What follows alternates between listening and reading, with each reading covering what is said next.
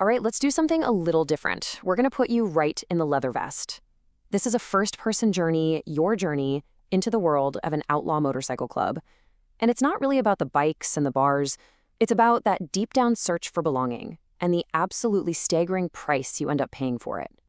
You know what? Let's just start with the ending. This one sentence, it's the key to everything that's about to unfold. It's the engine driving this whole story.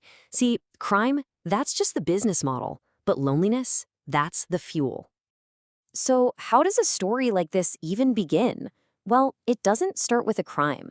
It starts with a feeling of being completely invisible, of having this raw talent that nobody seems to notice, and just looking for a purpose, any purpose that feels real. So picture this is you. You're growing up in Central California. Your dad's basically a ghost in a recliner, and your mom's just worn out. School's a joke. Algebra isn't paying any bills, so you drop out.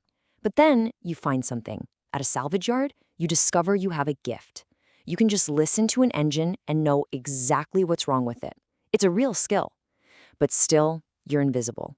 And that, right there, that makes you the perfect recruit. And then someone sees you. An older club member named Ratchet. He doesn't just see a mechanic, he sees your talent.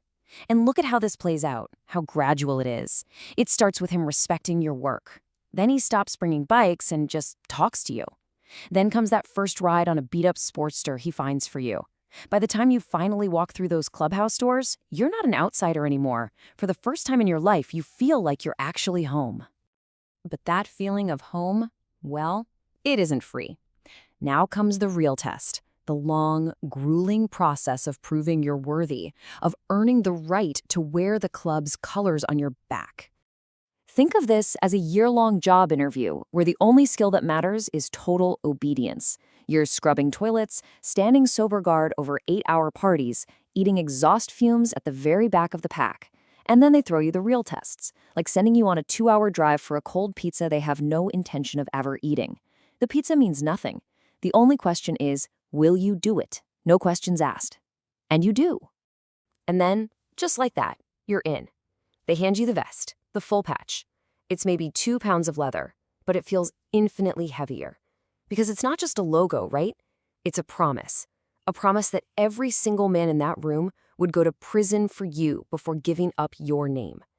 And man, that feels like security. But you're about to find out it's also a price tag. For a while, life is exactly what they promised. You're part of something. You're respected. You're useful. You belong. But just underneath all the family barbecues and the long rides, the real business of the club starts to creep in. So you're basically living this double life, right? On one side, you've got the promise, these epic 50-bike rides through the valley, Christmas parties, your own garage, a seat that's always saved for you at the bar.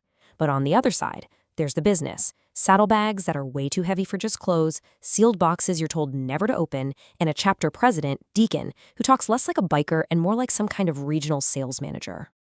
And this, right here, this is Deacon's whole philosophy, laid out plain and simple. It's maybe the most chillingly corporate mission statement you could imagine for an outlaw club. He runs the chapter like a company, agendas, territories, market share, the whole deal. The Brotherhood that you joined? Oh, that's just marketing. The real product is revenue.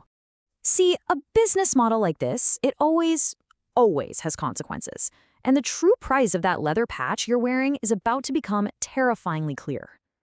So the first real crack in the foundation appears when a member, a guy named Dice, gets arrested on a serious distribution charge. Now the club's rule is simple. You go down, we take care of your family, no questions asked.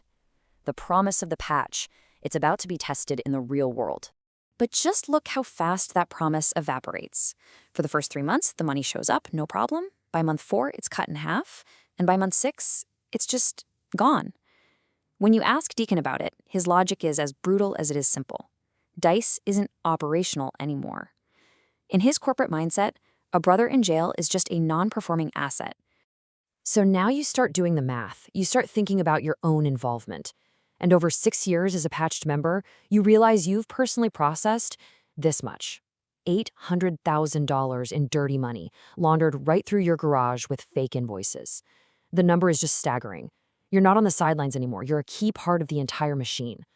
And that number leads directly to this. This absolute nightmare. It's called the RICO Act. And under RICO, it all adds up. It's not just one crime. The money laundering, just being there when assaults happened, holding stolen goods, they stack on top of each other. And all of a sudden, you're not looking at a few years in prison, you are staring down decades. Your entire life is now a sentencing chart. And then comes the phone call, the one that cuts deeper than any federal charge ever could. It's your mother, and she says this to you, comparing you to the father who was never there. It's not an accusation, it's just a quiet observation of loss. And it is the most devastating thing you have ever heard in your life, because you know deep down, she's right. So that's it. The choice is made. You have to get out. Not by talking to the feds, but by walking away from the only life, the only family you've known for years. But leaving? It's not that simple. Deacon lays out the terms. And this isn't a retirement, it's a complete erasure. You leave the patch, you leave the garage, you leave the state. You have no contact with any members and absolutely no contact with law enforcement. And the final condition is a threat. If your name ever shows up anywhere, the deal is off. You don't ask what that means, you just pack your truck and you drive. Months later, you get one last call. It's from Ratchet, the man who brought you in all those years ago. He tells you the feds took down the whole chapter. And the ultimate betrayal? Deacon, the corporate president. He cooperated. He sold out every single one of his brothers just to save his own skin. And like Ratchet says, the club didn't die when the feds came knocking. It died the day it stopped being about the ride. So what's left after all that? You're in a new town, you've got a quiet life, but you carry this with you always. You meet someone new, someone good and normal, and you realize you can never fully let them in. Your past creates a ceiling. Every new relationship has to start with a lie about who you used to be, and it can only go so far before it hits that barrier you can never, ever tear down. Which brings us right back to where we started. The club runs on loneliness. It sells a counterfeit version of belonging. And it forces you and all of us to ask a really tough question when the cost of belonging is your identity, your future, and your ability to ever truly connect with someone again. What price is too high to pay?